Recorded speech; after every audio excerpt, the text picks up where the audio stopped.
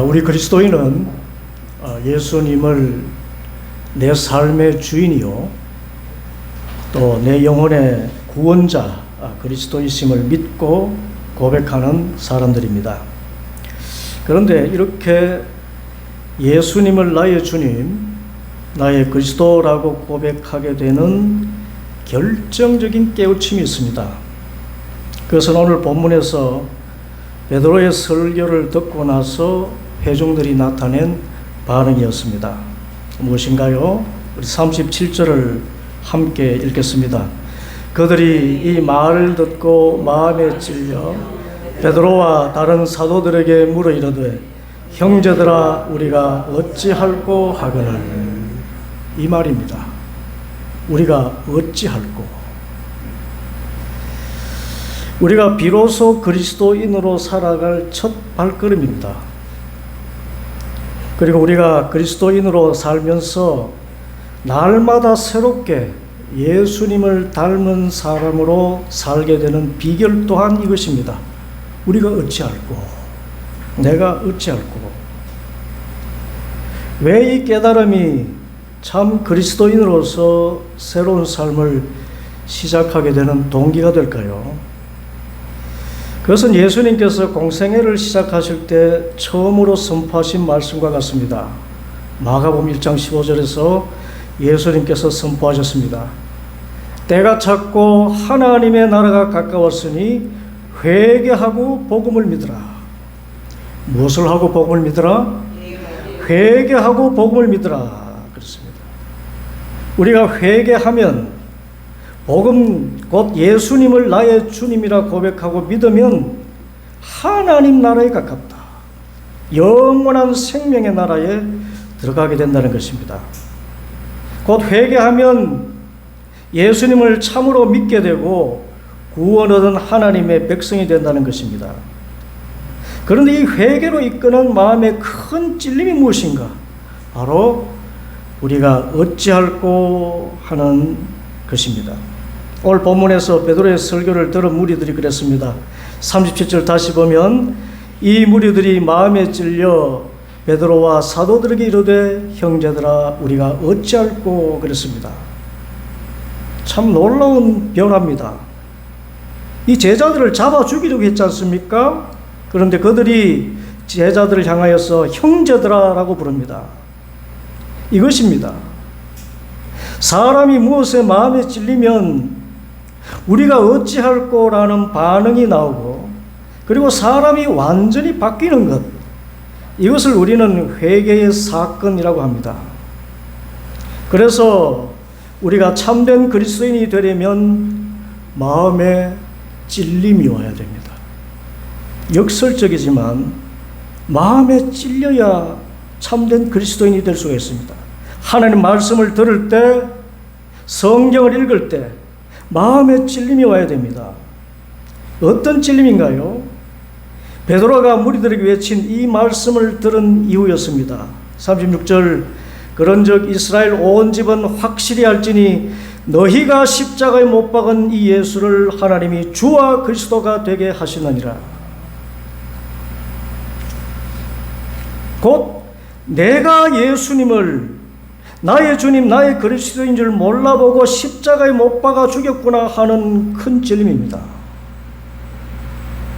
그런데 참 황당합니다. 아니 십자가에 못 박은 사람은 로마 군인이고 예수님을 십자가에 넘겨준 사람은 저 대사장과 서기관과 바리새인 무리들 아닙니까? 그런데 어찌 너희가 예수님을 십자가에 못 박아 죽였다고 하는데 마음에 찔림이 옵니까? 아니 그 일을 진짜 내가 한 것처럼 내가 어찌할꼬 애통해하고 있습니까? 그래서 하나님의 말씀을 듣고 깨닫는 것, 그리고 찔림을 받는 것, 나는 어찌할꼬 애통해하는 것은 오로지 하나님의 은혜이고 성령님의 역사인 줄 믿습니다. 곧 2000년 전에 유대에 살았던 한 청년을 자기 십자가에 못 박은 것이 그 자리에 내가 있었고, 아니 내가 바로 예수님을 십자가에 못 박은 악한 죄인이라고 고백하는 것, 이것은 우리의 이성과 감정과 의지를 한창 넘어서 있는 성령님의 역사요 하나님의 은혜라고 설명할 수밖에 없습니다. 이것은 매우 중요한 말씀입니다. 우리가 예수님을 믿게 되는 것, 내 인생의 주인이시요 내 영혼의 구원자이심을 믿게 되는 것은 나의 상식과 나의 경험, 나의 지식을 완전히 넘어서 있는 바 도무지 청량할 수 없는 하나님의 은혜인 것입니다. 여러분이 바로 베드로의 설교를 듣고 있던 그 무리들처럼 내가 바로 예수님을 십자가에 못 박아 죽인 죄인이다 고백하고 있습니까?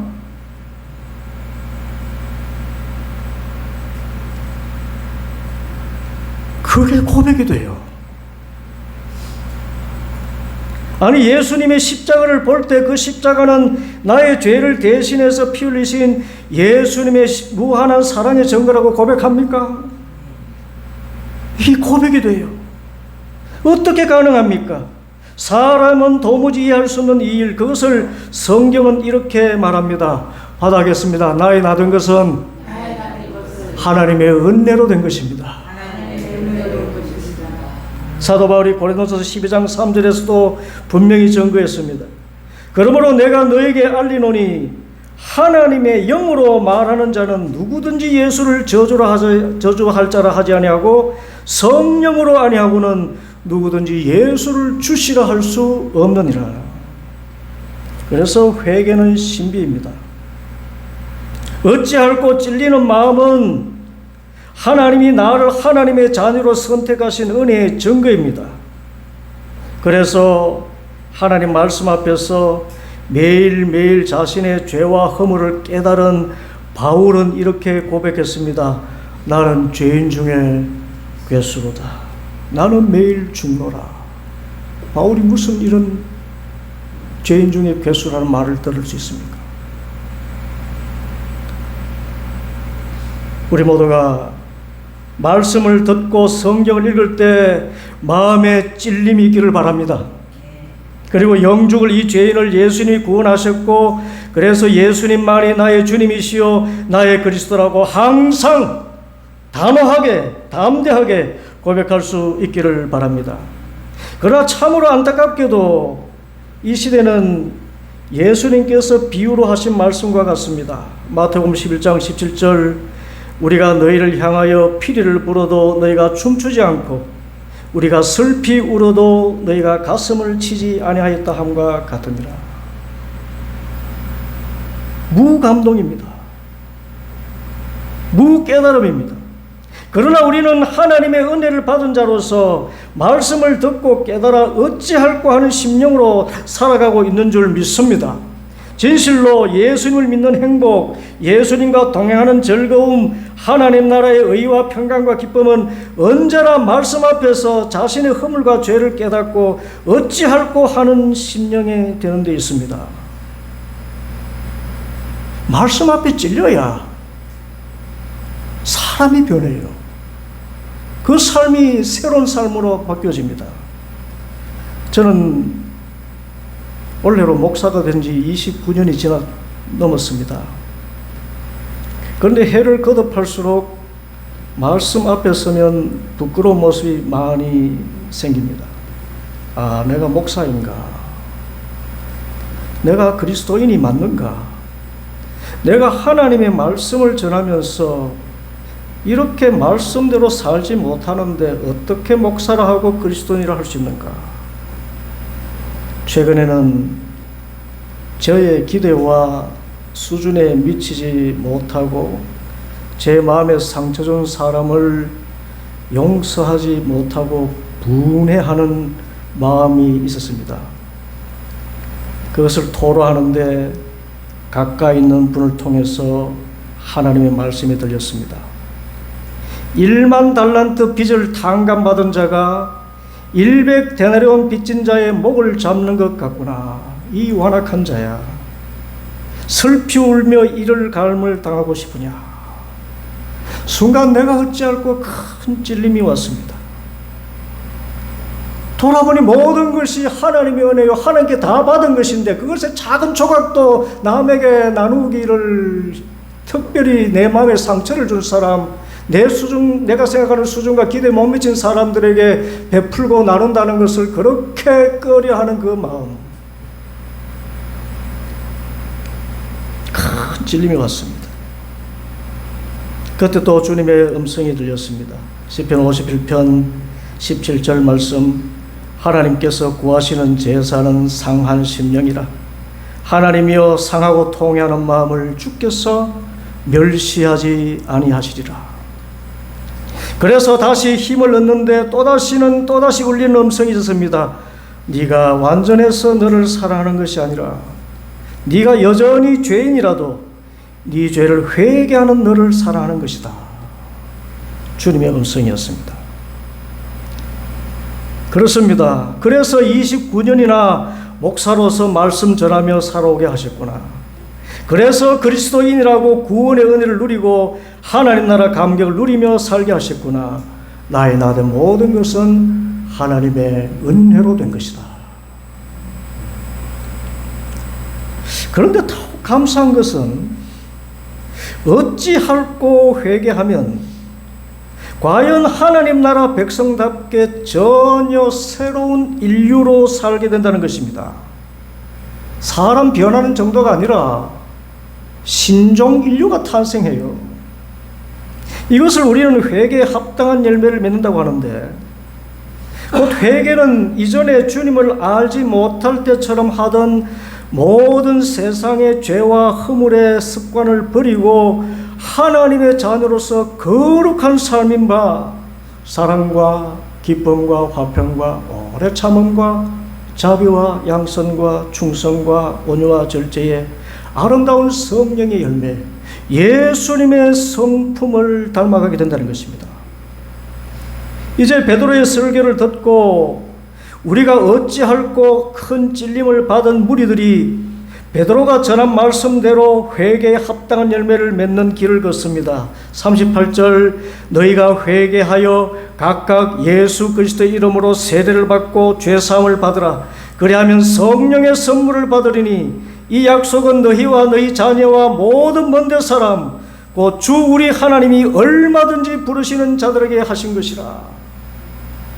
그래서 말씀을 들은 무리들이 진정으로 죄를 뉘우치고 돌아서서 예수님의 이름으로 예수님을 따르는 제자들로 살겠다는 서약을 하고 세례를 받습니다. 세례가 무엇입니까? 옛사람을 죽었고 새사람으로 산다는 증거지요. 그 증표로 그날의 신도의 수가 3,000이나 되었더라. 전적으로 성령님의 역사인데, 이제 세례받은 이후에 진짜 성령님의 역사로밖에 설명할 수 없는 놀라운 일들이 일어납니다. 42절부터 보면 그들이 사도의 가르침을 받아 서로 교제하고 떡을 떼며 오로지 기도하기를 힘쓰니라. 회개에 합당한 열매로 말씀을 사모합니다. 기도를 즐거워하는 영적 체질로 변했습니다. 43절, 사람마다 두려워하는데 그랬습니다.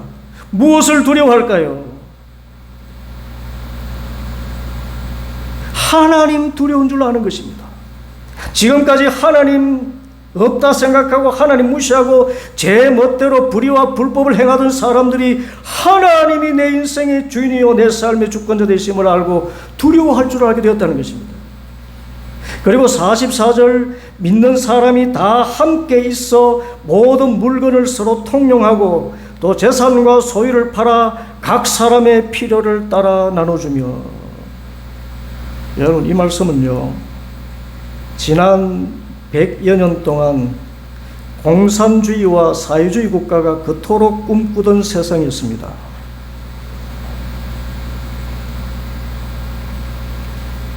참 성경 말씀이 공산주의의 이상이 되었어요. 다 함께 있어서 모든 물건을 서로 통용하고 재산과 소유를 팔아 각 사람의 필요를 따라 나눠주며. 공산주의 하면 이렇게 될 줄 생각했습니다. 그래서 모든 사람들이 똑같이 나누고 똑같이 잘 사는 세상. 그런데 그것을 사람의 힘으로, 때로는 폭력을 사용해서, 아니 어떤 의미에서 전적으로 폭력을 사용해서 만들고자 했던 이 지상천국은 결코 이루어지지 않았습니다. 우리가 역사를 통해서 본 바와 같습니다.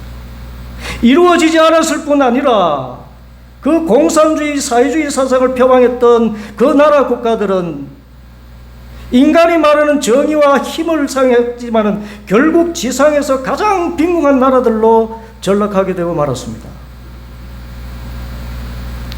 그러나 사람으로는 불가능한 이 일을 하나님이 하셨어요.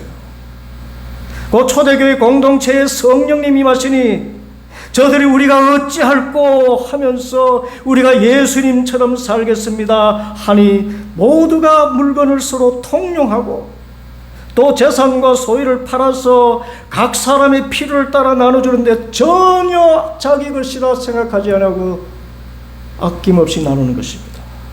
하나님의 나라 가족 공동체, 그 공동체를 이루게 된 것입니다. 누가 시킨 것이 아닙니다. 누가 압박한 것이 아닙니다. 자발적으로 이런 성령과 나눔의 공동체를 이루게 된 것입니다. 성령 안에서 의와 평강과 기쁨의 하나님의 나라가 이루어졌어요.